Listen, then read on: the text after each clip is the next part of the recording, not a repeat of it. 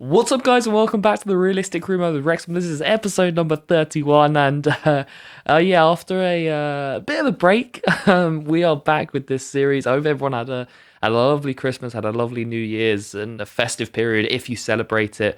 I ended up taking a bit of a break from YouTube for various reasons. I was doing some other projects as well, but I think the uploads are back. Potentially, they're back. I've missed playing this series. But I appreciate your patience, and hopefully you're as excited as I am for this series to return. And we return with Wrexham halfway through our second season in League One. And after quite a strong start, we have hit a bit of a mid-season slump. One win in our last 8 league games has seen us dropped down to sixth place. We're still inside the playoffs, which is, halfway through the season in a season where we've been promoted. I'm very happy with that. But we were pushing, top two and automatic promotion. We have now dropped off of that. I think we're 15 points off the top. So the top two seem a bit distant for now, but all we can do is just try and find this form. And we take on a Wickham side who have lost their last four. So it's a perfect team to play for us to try and build some momentum. And we do take the lead half an hour in. Elliot Lee with just his second goal of the season, by the way. Second league goal, 2 in 22. He makes it 1-0 with a really nice curled finish into the far corner in front of the Wrexham faithful, in front of what would be the North Stand at the racecourse, which they have. If you watched the Wrexham series, or you know about Wrexham, that you know that they're trying to build that stand. They have put up a temporary stand whilst they are trying to put plans into place to build a permanent bigger stand. So it's nice that I've been watching quite a few Wrexham games this season. It's nice for them to have an allocation there. I think it's a few thousand. So it's cool to see that. And then hopefully they can get a proper big allocated stand built soon.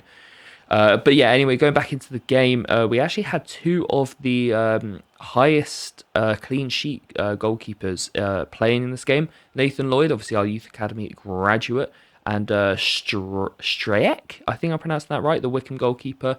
They both had 7 clean sheets each, so this was going to be a battle of the keepers, battle of the bad forms as well, and we stormed through into this game. Ryan Morris scored a goal. It was a bit of a weird goal actually.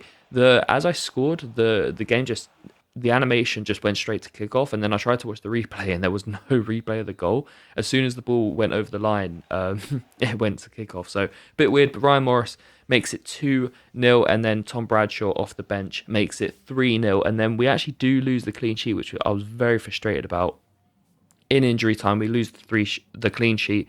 It doesn't affect the result. We win this one 3-1.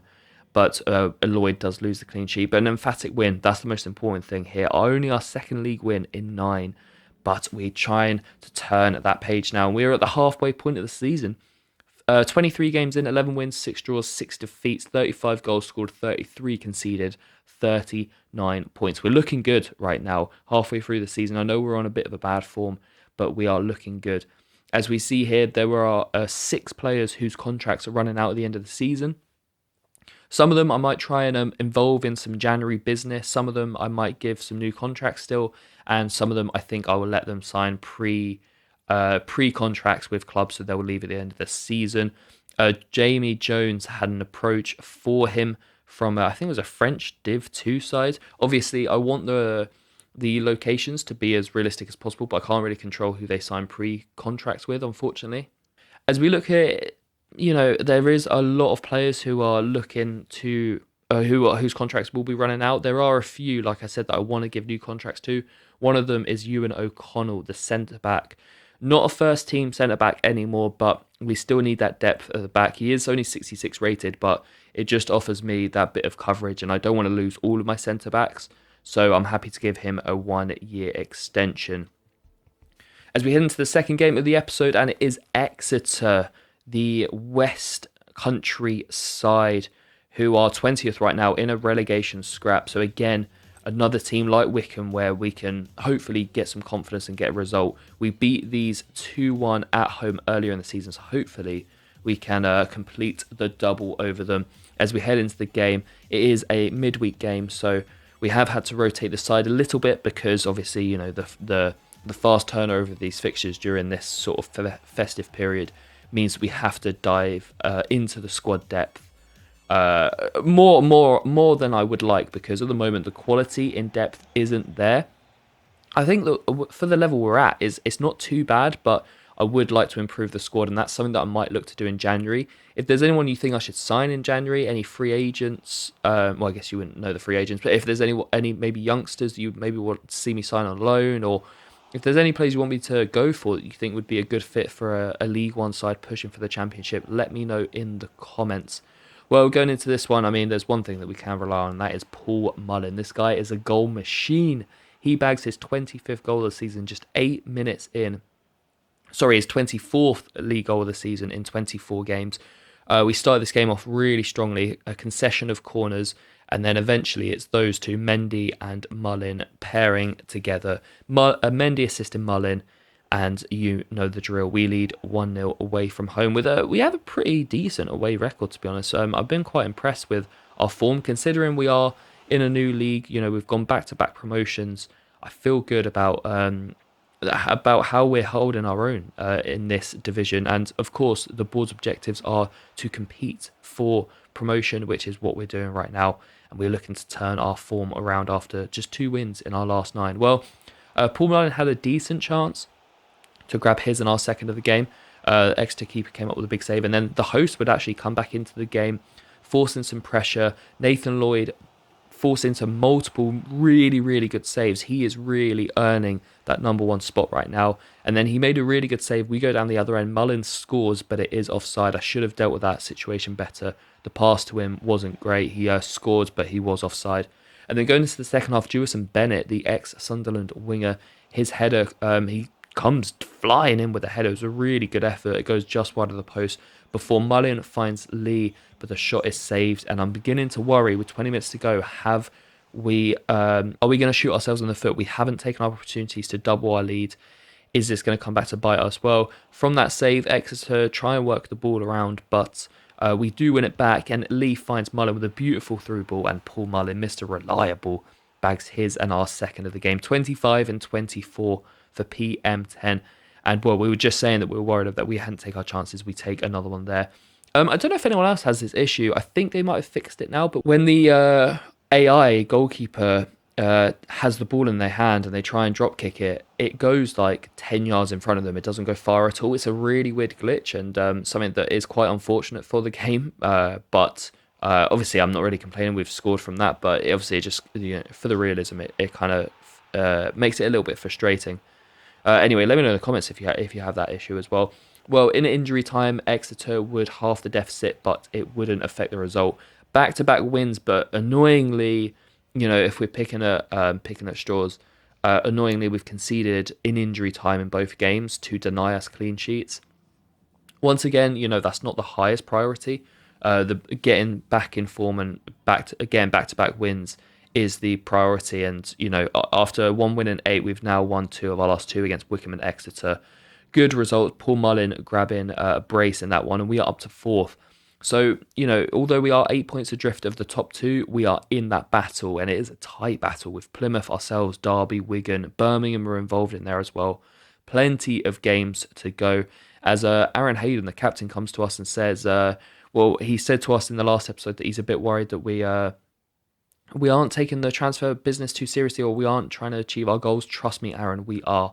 And he can see that now. Well, before the third and final game, Andy Cannon's move to Turkish side Kaykor Rizespor is confirmed, so he will join them at the end of the season when his contract runs up. As we see there, Jacob Mendy, 8 assists in 23 games. He is the assist leader in this league.